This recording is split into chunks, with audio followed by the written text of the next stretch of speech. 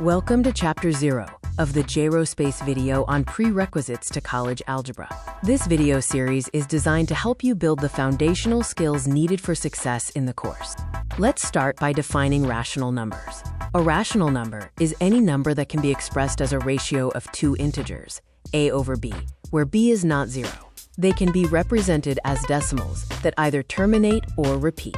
You can pause this video here to review the charts and graphs.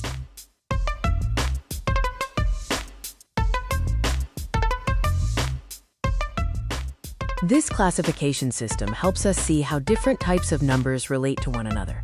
Real numbers are divided into rational and irrational numbers, with rational numbers branching further into integers, fractions, and beyond.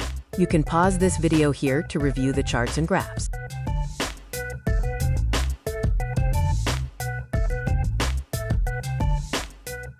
Here are common mathematical symbols for these sets. Notice the symbols for natural numbers, integers, and rational numbers. Understanding these sets is essential for categorizing expressions correctly.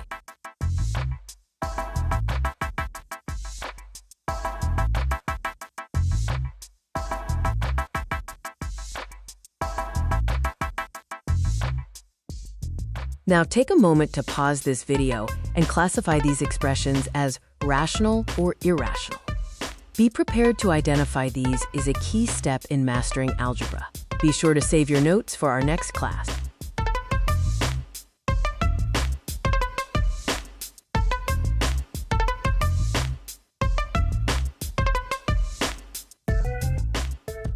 Next, we will look at approximating decimals. We will explore two primary methods, truncation and rounding, using the value 15.24853 as our example. Our goal is to approximate 15.24853 to two decimal places. We will compare the truncation method, which cuts off digits, against the rounding method, which adjusts the digit based on the following number. With truncation, we locate the hundredths place and simply discard everything that follows. For 15.24853, this results in 15.24. Rounding involves a bit more care. We identify the target and decider digits. Because the decider digit here is 8, we round our target digit up, resulting in 15.25. When we compare the two results, we can see that rounding provides a closer estimate to the original number compared to truncation, which creates a larger error. To summarize, truncation simply cuts off digits, while rounding uses the next digit to minimize error. Rounding typically leads to higher accuracy. Next, let's review the order of operations. Always start with parentheses, move to multiplication and division from left to right, and finish with addition and subtraction from left to right. Mastering the order of operations, often referred to as PEMDAS, is fundamental for simplifying complex algebraic expressions. Here are two examples. Part A involves a standard expression, and Part B requires evaluating a fraction by handling the numerator and denominator separately. Keep these principles in mind. Treat groupings and fraction bars as a primary step, then perform multiplication and division from left to right, followed by addition and subtraction in the same order. Let's walk through the solution for Part A. Given the expression 5 times 4 divided by 10 minus 10 plus 2 times 3, we start by addressing multiplication and division from left to right. You can pause this video here to review procedural steps. First, 5 times 4 gives us 20. Next, 20 divided by 10 equals 2. Finally, 2 times 3 is 6. The expression simplifies to 2 minus 10 plus 6. Now we perform addition and subtraction from left to right. 2 minus 10 is negative 8, and negative 8 plus 6 results in our final answer, negative 2. Moving to complex fractions, we focus on expressions with nested grouping symbols like brackets and parentheses. This requires a structured approach. We will consider the follow problems next.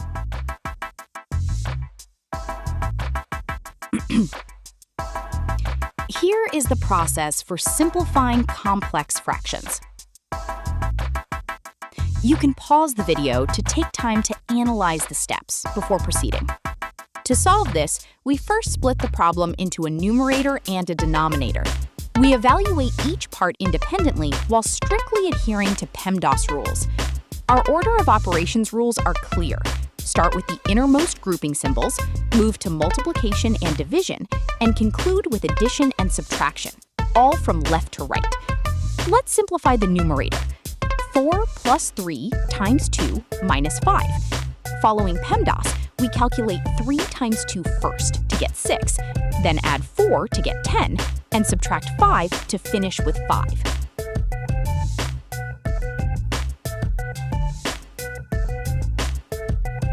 Now we address the denominator. We begin with the innermost parentheses. 4 minus 3 equals 1.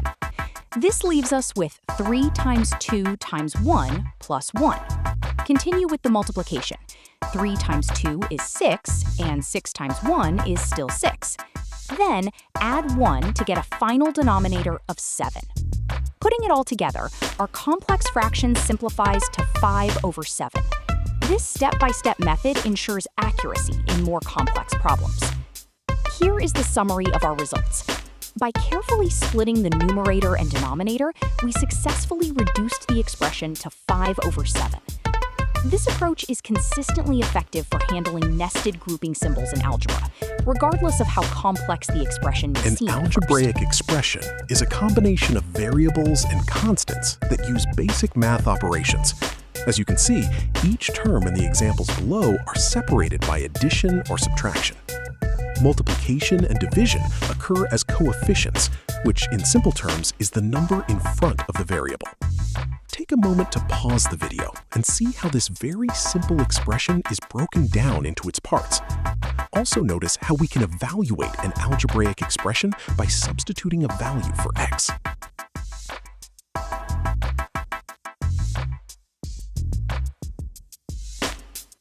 Take a moment to pause this video and review some real number properties. Here we see the associative properties of both addition and multiplication.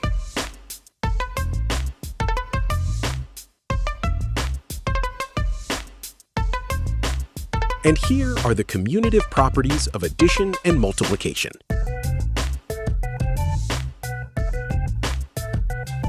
And here are the identity rules.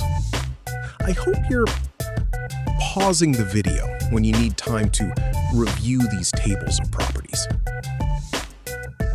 While we are all familiar with subtraction and division, note that these two operations are not associative or commutative, unless we think of subtraction in terms of an additive inverse, and division as the same as multiplying by the reciprocal of the second term, called the divisor.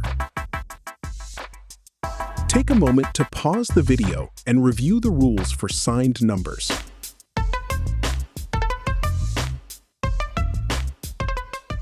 Next, let's look at the distributive property, which is essential for eliminating parentheses and nested brackets in algebraic expressions. Take a moment to pause this video and verify these results for yourself. Be sure to save your notes for our next class, and bring to class any questions you may have.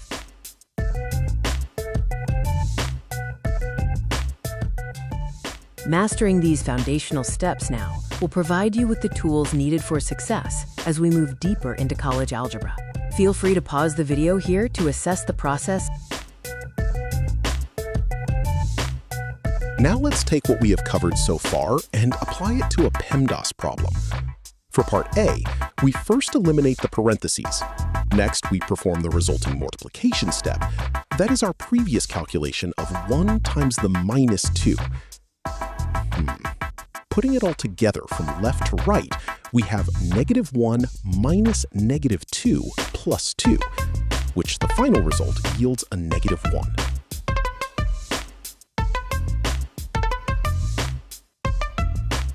Moving to part B, we will use the same method as before by treating the numerator and denominator as unique expressions.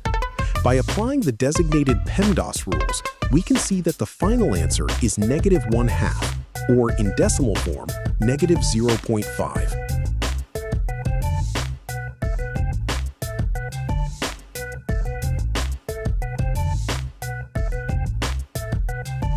Take a moment to review the simplification of the distributive property graphic that incorporates the sign rules we mentioned before.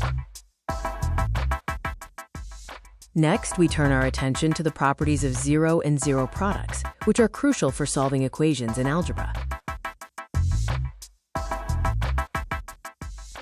We also need to understand fractional properties including how to handle division and operations involving fractions with different denominators.